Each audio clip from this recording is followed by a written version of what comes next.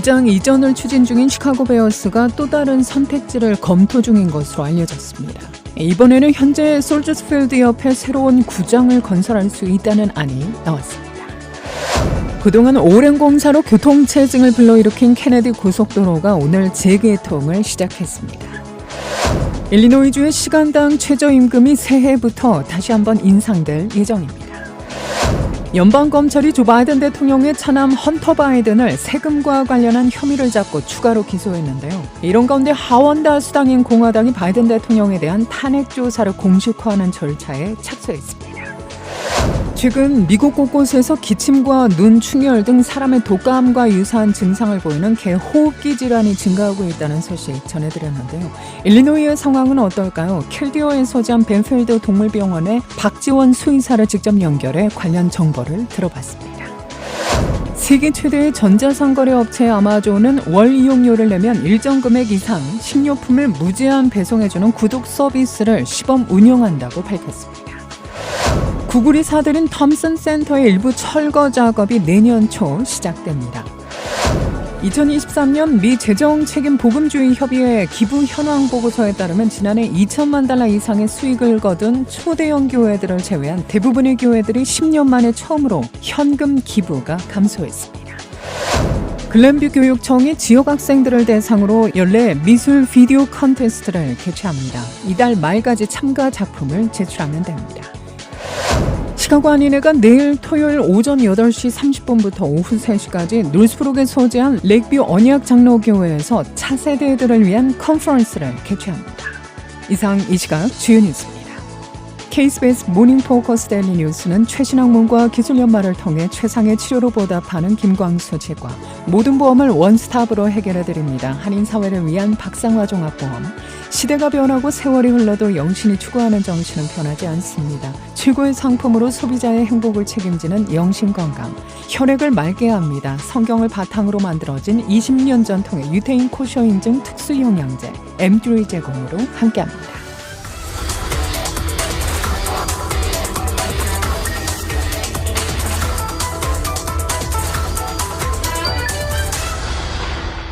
여러분 안녕하십니까? 12월 8일 금요일 오늘의 첫 소식입니다. 구장 이전을 추진하고 있는 시카고 베어스가 또 다른 선택지를 검토 중인 것으로 알려졌습니다.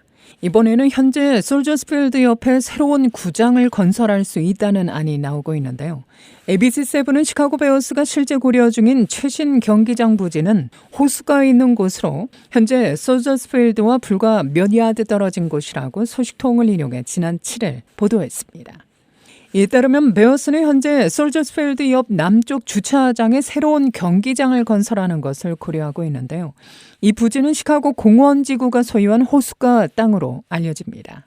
지난 2014년 영화감독 조지 루카스 개인 박물관으로 고려됐지만 시민단체 Friends of the Park의 격렬한 반대로 무산됐죠. 이 시민단체는 이번에도 이곳에 베어스 건물이 들어서는 것을 반대했다고 ABC7은 보도합니다. 이들은 사적 이익을 위해 시민들의 공공부지의 부동산을 개발하려는 시도를 계속 막을 것이라고 성명을 통해 발표했는데요. 현재 옛 경마장 철거 작업을 이어가고 있는 알링턴 하이츠 부지는 여전히 가장 유력한 후보지라는 분석입니다.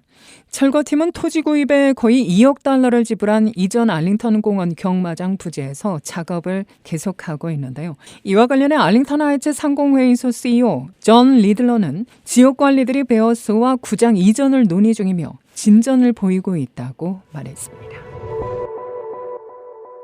그동안 오랜 공사로 교통체증을 불러일으킨 케네디 고속도로가 오늘 재개통되기 시작했습니다. 악소스 시카고에 따르면 인바운드 케네디와 에덴스 고속도로 차선 및 경사로가 오늘 오전부터 부분적으로 운행을 시작했는데요. 내주 12일 화요일 오전 출퇴근 시간까지 완료될 예정입니다. 해당 구역 공사로 지난 3월부터 여러 차선과 출구 경사로가 폐쇄되면서 놀사이드 통근자들은 큰 어려움을 겪었죠.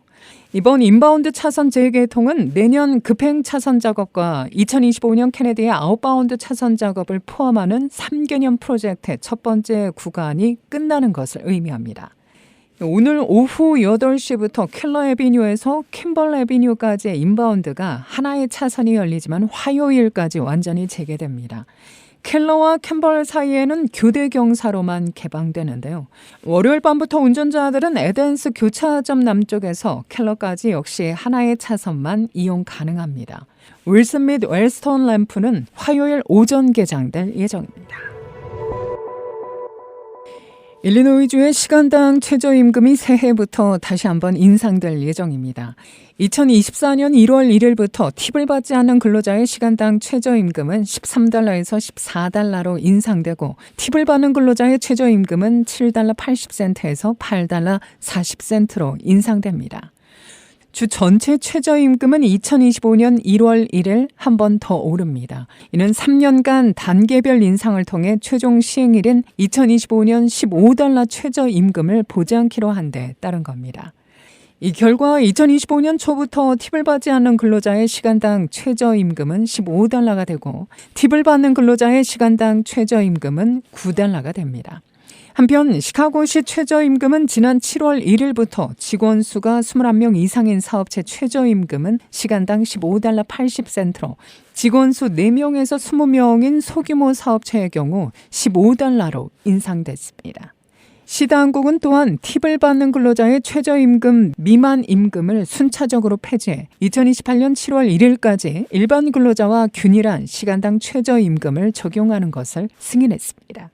시카고에서 이 계획에 따른 점진적 인상은 2024년 7월 1일부터 시작됩니다. 연방검찰이 조 바이든 대통령의 차남 헌터 바이든을 세금과 관련한 혐의를 잡고 추가로 기소했습니다. CNN 방송에 따르면 데이비드 웨이스 특별검사는 헌터에 대해 세금과 관련된 중범죄 3건과 경범죄 6건을 기존 혐의에 더했는데요. 로스앤젤레스 연방법원에 제출된 공소장에 따르면 헌터는 2016년에서 2019년 4년간 최소 $140만 세금을 내지 않은 혐의를 받고 있습니다. 웨이스 특검은 지난 9월 헌터가 2018년 마약 중독 기간에 총기 소지를 금지한 법을 위반했다며 그를 기소했죠. 헌터는 이들 9개의 혐의가 유죄로 인정되면 최대 징역 17년형을 받게 됩니다. 미국에서 현직 대통령 자녀가 연방 형사재판을 받는 것은 이번이 처음입니다. 이런 가운데 하원 다수당인 공화당이 바이든 대통령에 대한 탄핵 조사를 공식화하는 절차에 착수했는데요. 내년 대선을 앞두고 민주당 후보인 바이든 대통령을 향한 정치적 공세로 확대하려는 움직임으로 보입니다.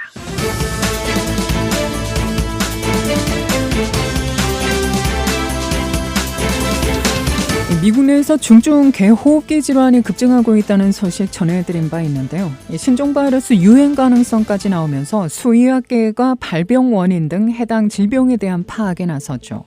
지난 3일 MBC 방송은 최근 미국 곳곳에서 기침과 눈 충혈 등 사람의 독감과 유사한 증상을 보이는 개호흡기 질환이 증가하고 있다고 보도했는데요. 일리노이의 상황은 어떨까요? 킬디오에 소재한 벤필드 동물병원의 박지원 수의사를 직접 연결해 관련 정보를 들어봤습니다. 우선 박 수의사에게 현재 유행 중인 개호흡기 질환의 발병 추이를 물었습니다. 일리노이에서도 아이오와와 인접한 지역에 일부 사례가 보고됐으며 연구진들은 그 발병 원인이 박테리아인지 바이러스성 병원균인지 아직 확신하지 못하고 있다고 말했습니다. 비전형적인 호흡기 질환인데요. 처음에는 서부 쪽에 주로 있다고 생각되었다가 이제 점점 동부 쪽으로 오고 있는 중이에요. 그래서 지금 오레곤은 굉장히 심한 상태고 일리노이에도 좀 아이오랑 가까운 쪽에 지금 몇몇 케이스가 리포트된 상태인데 일단 비전형적이기 때문에 정확히 어떤 경로로 어떻게 병이 생성되는지는 아직 몰라요. 이게 뭐 바이러스인지 박테리아인지 아직 알지 못하는 단계인데 지금 학자들이 생각하기로는 바이러스라고 생각하고 있고 일단 호흡기 질환이기 때문에 처음 증세는 감기처럼 콧물과 기침으로 시작다가 점점 이게 빠른 속도로 심해지면서 이제 호흡기 질환, 폐렴 그리고 이제 죽음에까지 이르게 되는 그런 질병이라고 알고 있습니다. 이외에 콜로라도 지역에서도 지난 9월에서 11월 사이 개 폐렴 사례가 지난해 같은 기간에 비해 1.5배 증가하는 등 반려견 사람들의 호흡기 질환이 확산하는 추세를 보이고 있죠.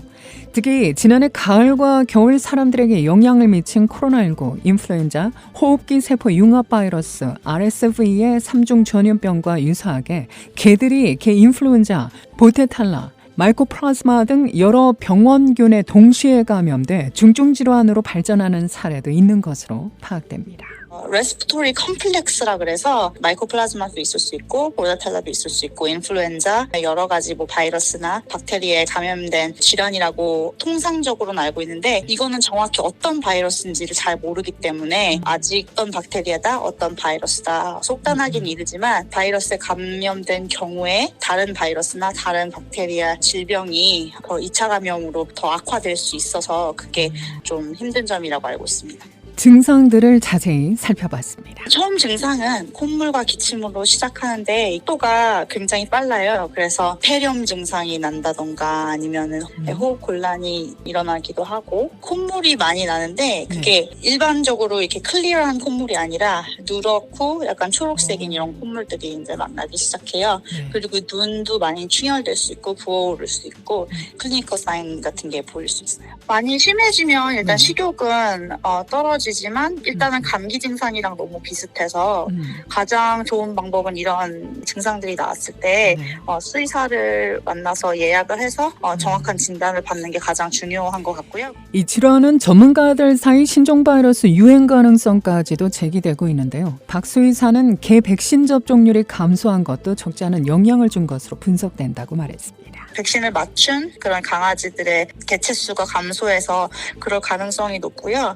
특히 요새는 이제 여행을 많이 하시기 때문에 강아지를 데이케어나 아니면 호텔 같은 리조트 같은 데 맡기는 경우가 있잖아요. 근데 그런 경우에서도 감염이 잘 돼서 그런 영향도 있지 않을까 그런 생각을 합니다. 그럼 반려견들의 감염 예방을 위해서는 어떤 조치들을 취해야 할까요? 박 수의사는 보르텔라와 인플루엔자 백신 접종을 권장했습니다. 일단은 기본적인 호흡기 질환의 백신을 맞는 게 가장 중요하고요.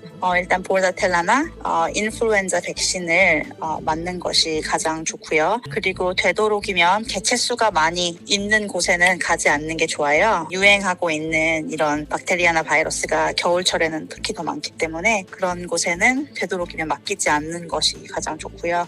펫 호텔이나 리조트를 고르실 때 철저하게 백신을 접종한 것을 검사하는지 잘 알아봐야 될 것 같고요. 일단 개체수가 많은 곳에 아니면 퍼블릭 플레이스 같은 곳에 강아지를 많이 데리고 다니지 않는 것이 지금은 가장 좋을 것 같고요. 강아지를 데리고 여행을 간다고 하면 많이 비전형적인 호흡기 질환이 있는 곳에는 강아지와 같이 함께 가지 않는 것이 가장 좋고 또한 프렌치 불독이나 퍼그 등 얼굴과 코가 납작한 단두종이나 또 노령견, 기저 폐질환을 가진 개들의 감염 위험이 높다며 호흡곤란 또는 식사 거부 등을 확인하면 개를 곧바로 수의사에게 데려갈 것을 권고했습니다. 코가 납작한 아이들은 일단 이렇게 레이저 패스웨이가 짧고 두꺼워서 일단 숨을 쉬기가 통상적으로 힘들기 때문에 만약에 이런 병원균에 감염이 된다 하면 호흡기 질환이 더 빨리 진행될 수가 있어요. 그리고 일단 숨을 쉬는 게 이 아이들은 그냥 가만히 있어도 힘든 아이들이기 때문에.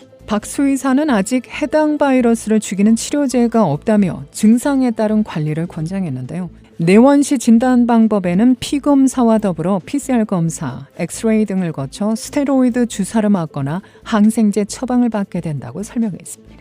아마 맨 처음에 간단한 블러드워크, 간과 신장, 그리고 백혈구, 적혈구 수치를 일단 다 볼 거고요. 그 다음에 레스피토리 PCR이라고 그런 그 컴플렉스를 정확히 진단할 수 있는 그런 블러드워크 있어요. 그리고 만약에 기침이 너무 심하고 가래가 너무 끓는다 그러면 아마 엑스레이도 권장하실 겁니다. 진단 검사 비용은 일단 증상에 따라 달라요. 이게 증상이 마일드한 경우에는 그냥 항생제 처방하고 그리고 이제 기침을 완화할 수 있는 약 간단하게 할 거고요. 만약에 블러드워크를 해야 된다 그러면은 간단한 블러드워크는 한 200에서 300불 정도 될 거고 PCR 같은 경우는 병원마다 달라서 정확히 얼마라고 말씀해드리긴 힘든데 300불에서 400불 선이지 않을까 생각해요. 현재까지 알려진 바로는 사람 감염 가능성은 없는 것으로 보입니다. 많은 보호자가 아픈 개를 동물병원이나 전문센터에 데려가거나 진단검사 비용을 지불할 여유가 없다는 것도 사태를 악화하는 원인으로 지목되고 있는데요. 박수 의사는 본인의 반려견이 감염 우려가 있다면 그 즉시 병원을 찾아 진료를 받는 것이 좋다고 조언했습니다. 초기 관리가 잘 된다면 2차 감염을 막을 수 있다는 설명입니다. 일단 빠른 진단이 가장 중요하고요. 병을 더 키우면 이제 이머전시도 가야 될 수도 있고 옥시전 체인버 안에서 이제 숨이 가쁜 아이들은 따로 저희가 옥시전을 서플라이하는 그런 체인버 안에 애들을 넣기도 하고 그래서 이게 가격이 정말 증상에 따라 너무 천차만별이에요. 그래서 정확하게 초기에 진단을 하면 그 정도까지 가지 않을 수 있기 때문에 조금 더 강아지한테도 좋고 손님들 주머니 사정에도 더 도움이 되지 않을까 싶습니다.